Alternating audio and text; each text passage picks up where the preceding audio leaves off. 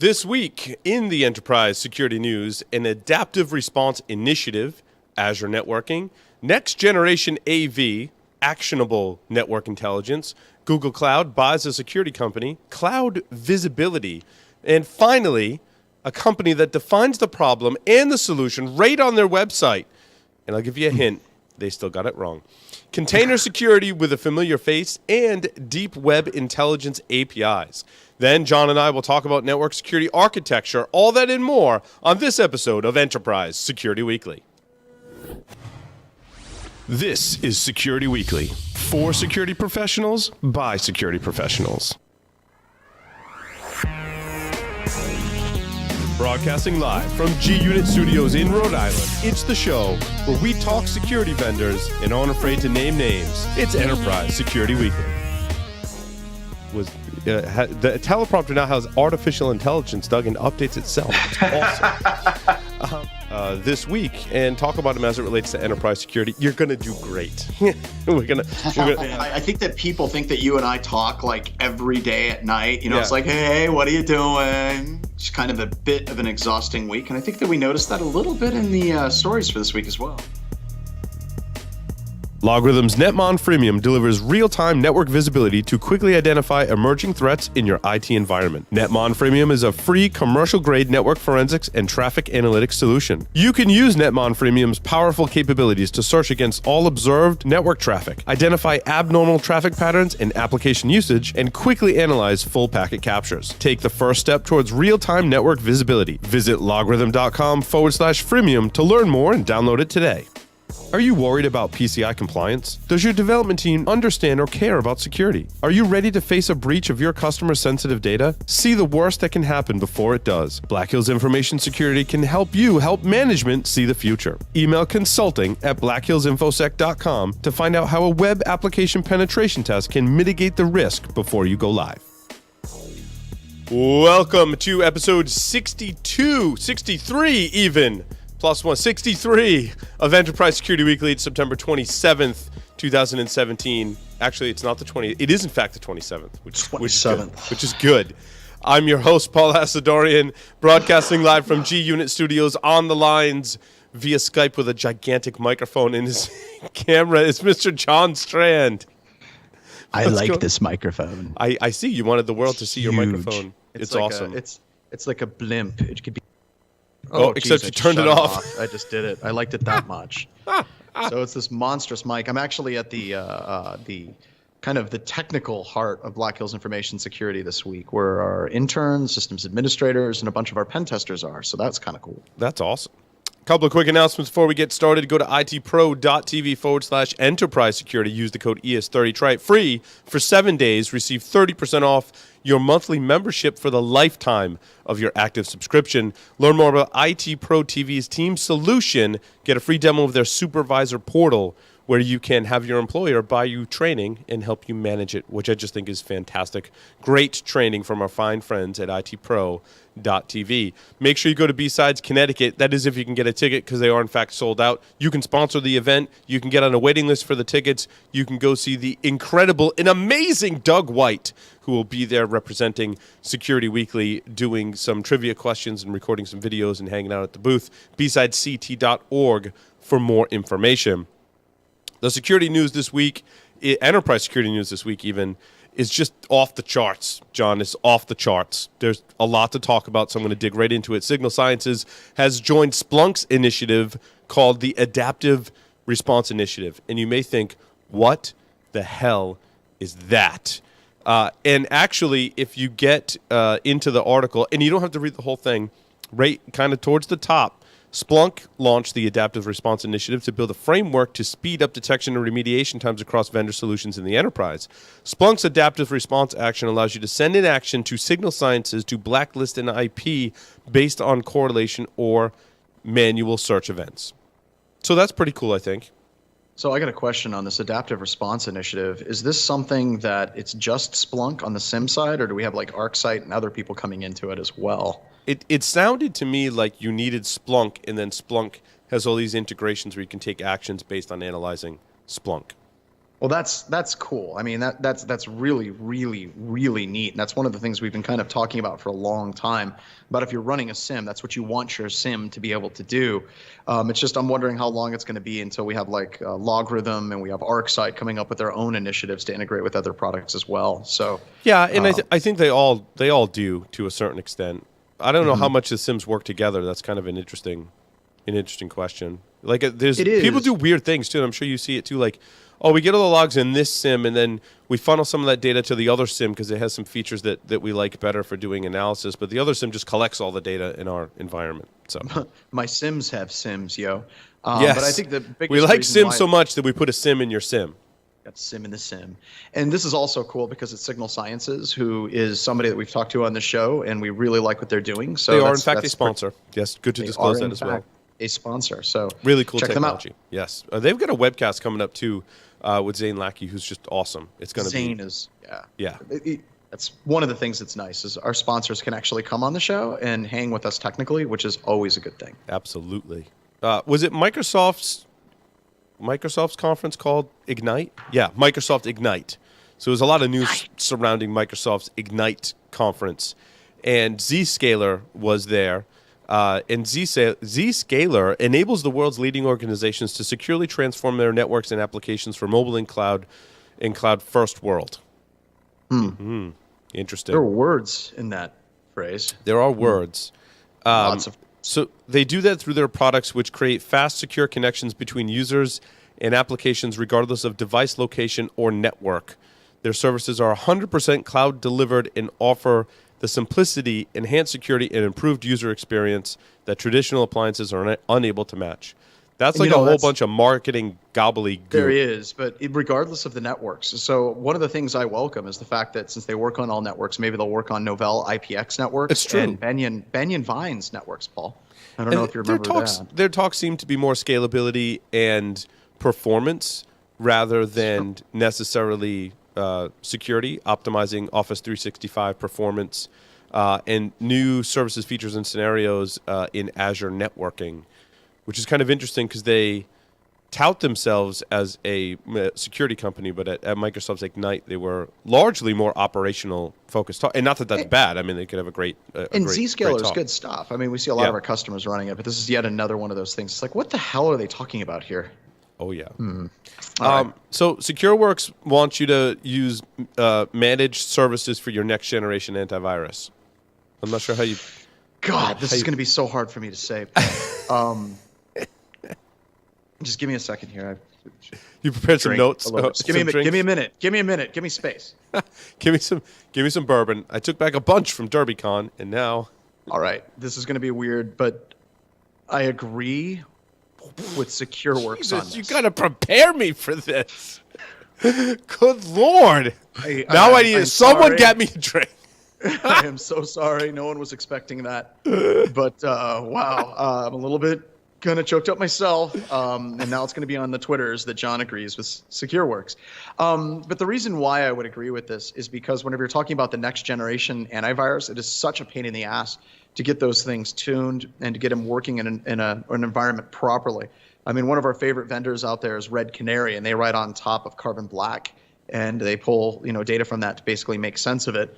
And that's awesome, right? But the idea of setting this up, if you're a small to medium-sized business, even a larger organization, is very daunting.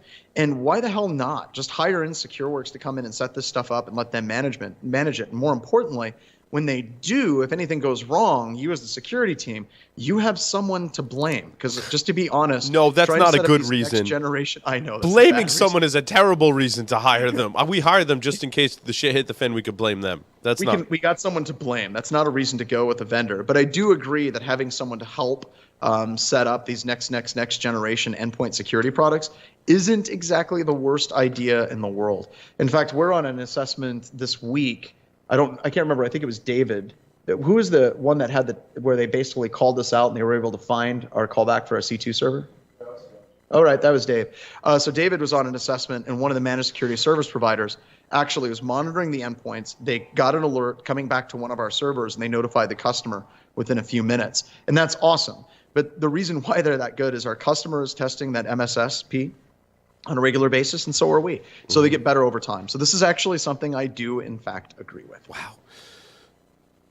Infoblox is set to demo actionable network intelligence platform, and they make some bold claims. They've announced it will demonstrate its actionable intelligence platform, a unified platform that empowers enterprises to elevate every aspect of network availability, agility, security, and performance on premises, across data centers, and in the cloud. Wow, I like all of those things. So this must be a good presentation. There's some bold claims in there. They are. It's going to be scalable.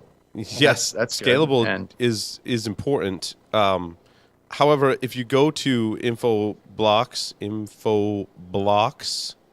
right, it's not necessarily clear exactly what they do. Yeah, they use got a a lot guy of skiing. You got the guy skiing. Well, let's see. If you go to Infoblox, the actionable network intelligence, they have a really nice picture of someone downhill skiing. Oh, well, that's cool. I like that. They Skiing's say fun. they automate core network actions across your data center virtualization with Infoblox DNS, DHCP, and IPAM DDI. God. And then they say that they also have single unified solution for your entire network. Infoblox, I am sorry. That spot is taken by Slack. Yeah. But what is IPAM DDI? They use this acronym. I was trying to figure out like what they do really quickly. Couldn't tell you. What is DDI? I'm sure I've heard of this acronym before, but they use it without really defining it. Development Disabilities Institute. I don't think it's that. What does it stand for? I mean, no. Data Documentation Initiative? Maybe that's it. Maybe. Development Defense Information Technology. Here's some more. Hold on, I'm trying to go through. No. I mean, direct dialing in. That's what it is. That's a what it DDI is. network. You remember back in the 80s, you would have a DDI where you could dial into a network? I do remember that, yes. I remember taking a really long time to get my email over the dial-up. Database data exchange. Interchange.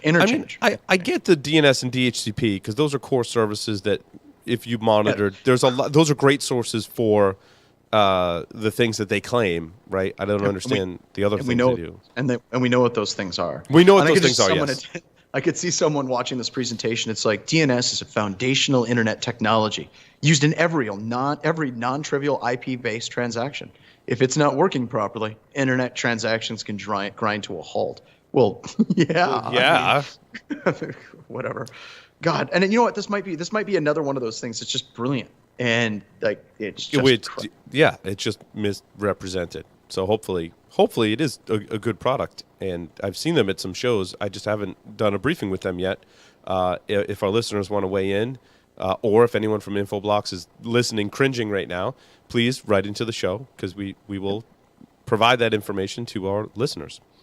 Happy to. Google Cloud acquires a cloud identity management company, Bitium.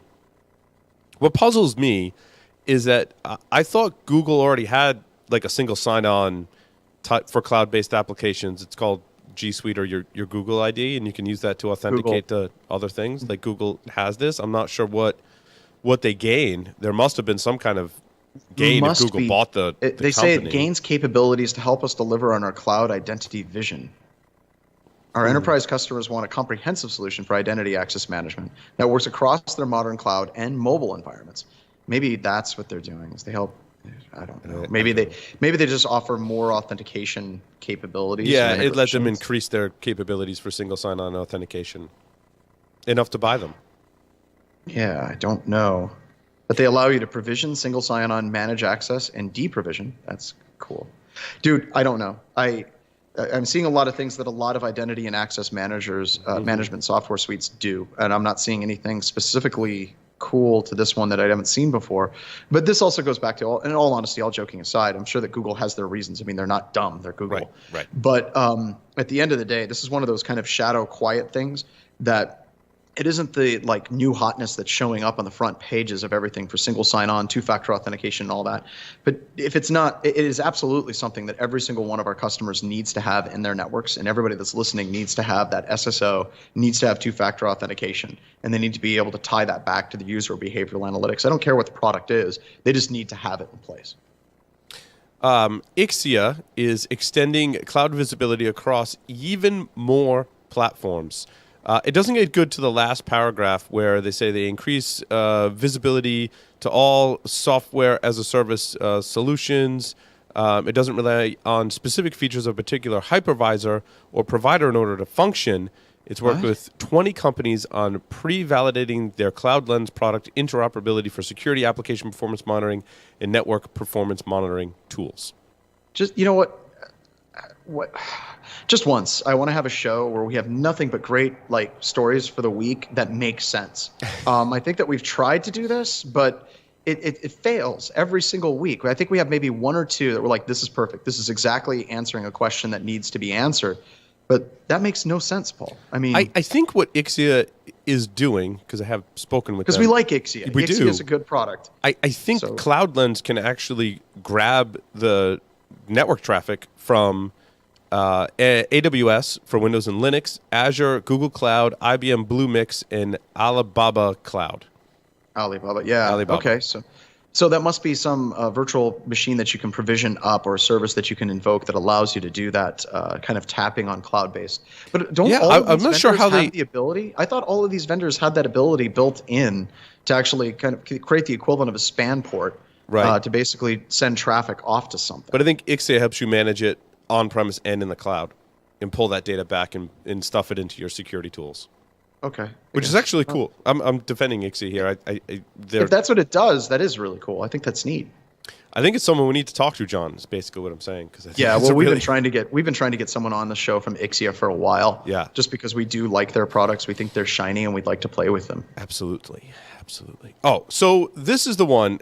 Lacework has announced support for Microsoft Windows Server. I have not heard of Lacework before, so I went to the website and I got excited. I got excited because I said to myself, "There's a problem statement and a solution statement. This is great.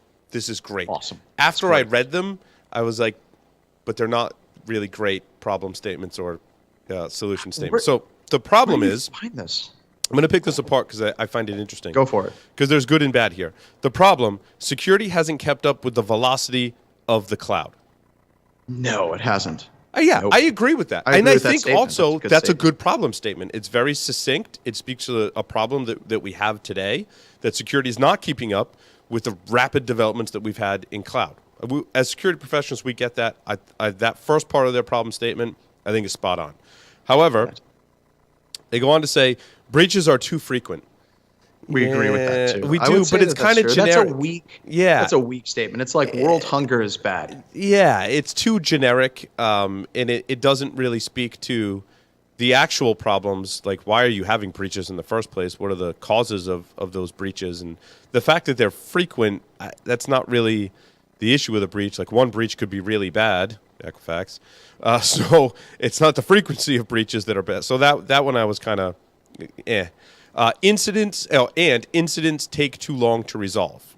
I like that one. I would agree with that. That's a good statement. As a SOC analyst, security analyst, you're spending too much time trying to go from discovering the incident to having it all cleaned up and fixing the underlying issues, and then that is a true statement. Okay. Security, now, next in the problem. So the problem statement is too long, first of all. Second of all, security teams struggle to keep up with DevOps. That's a problem. But now we're at the point where this is the fourth or fifth problem. Yeah, I think they should have kept it to security's not keeping up with the velocity of the cloud or DevOps. Probably good. You can probably include those both in the same statement. Similar kind of problem, right? Mm-hmm. So then they say, so now they're picking on the other solutions, which I applaud. In your problem statement, you need to point out problems in the other. Yesterday's security, with its perimeters, rules, and log-based investigations, isn't flexible, agile, or effective, and it's not right for today's cloud. It's none of those things. Yeah, okay. I mean, none of those things. Perimeters, rules, and log-based investigations, kind of weak. Like perimeters, plural. Yeah, rules, like what rules are we talking? Are we talking about firewall rules? Are we talking about like rules, like don't urinate in public on the sidewalk? What kind of rules are we talking about? Anyway, so I'm like, okay, that's kind of a weak. Had some good points in there.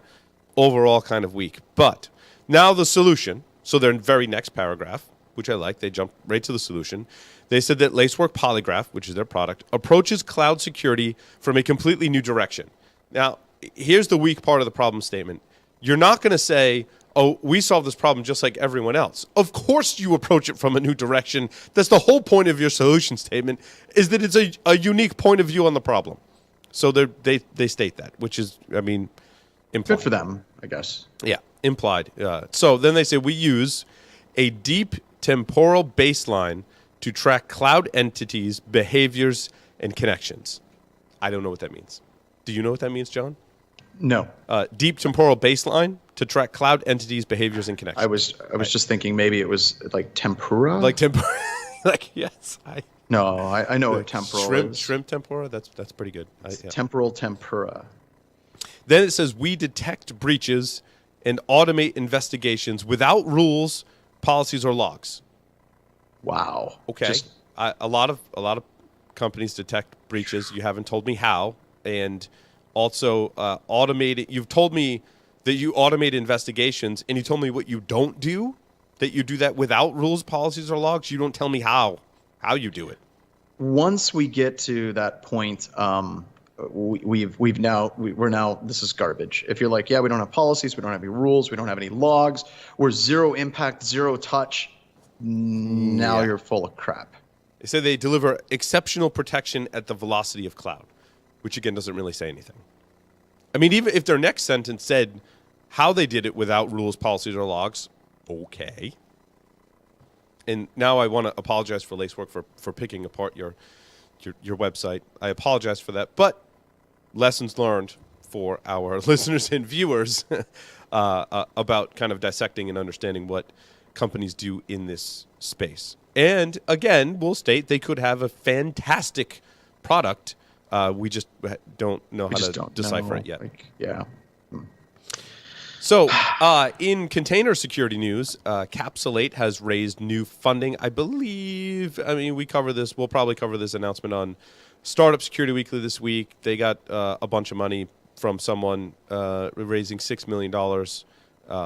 Again, we'll cover all those details on Startup. But what I thought was interesting is Dino Dizovi, the co-founder. That's what I was going to get at. Yes. Co-founder and CTO of Capsulate, said that most organizations first consider stability and performance in any application before looking at security. The market for container security technologies is an increasingly crowded space with multiple vendors, including Twistlock, Aqua Security, and StackRox, all aiming for a share of enterprise security budgets. Dino Dizovi said that Capsulate is different because it's a real-time machine learning augmented approach to container security.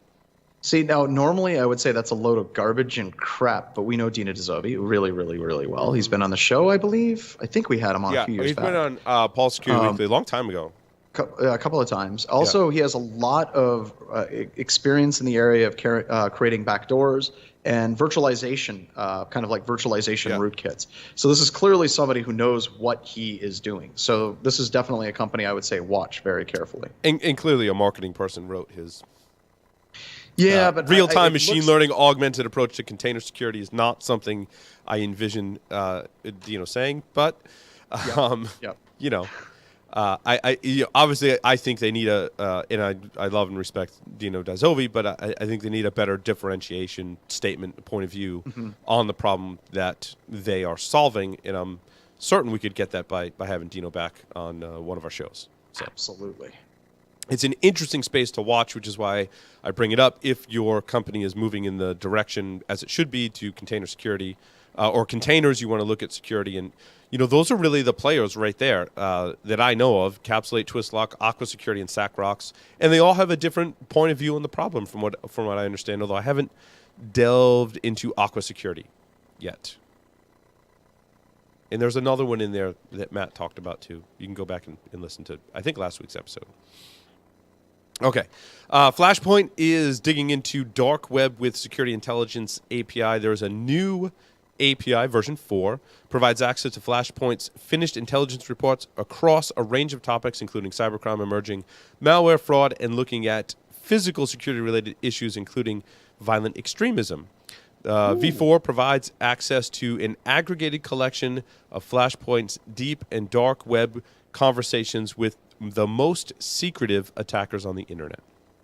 Now, normally we might have a tendency to poo-poo this kind of statement, except we know people that work there that are really smart. Yes. So Well, this is one of the concerns that I have, regardless of whatever the company is people think that they're. I think we've talked about this in the show before, but people think that there's like these clubs online where like evil people hang out. It's like the Cantina and Mos Eisley in Star Wars, that you're going to go there and all of a sudden you're going to be talking with some super elite evil hackers talking about what they're going to do. except there's the hacker, vaping. the attacker, evil one probably allows droids, I would imagine. Probably Just, does. Probably would allow droids, yeah. unless they have, that artificial intelligence and machine learning.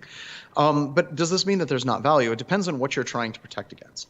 If you're trying to protect against your standard anonymous and LUTSEC and like those types of people that do attacks and DDoS attacks, yeah, I think that there's value to this. But if you're trying to detect and deflect an attack by a nation state attacker or an organized crime group that's coming after you and they're choosing to attack you, they don't go into the dark web and basically say, hey, I'm going to break into this organization, everybody. Here we go. Woo! And off they go. They don't do it that way, okay?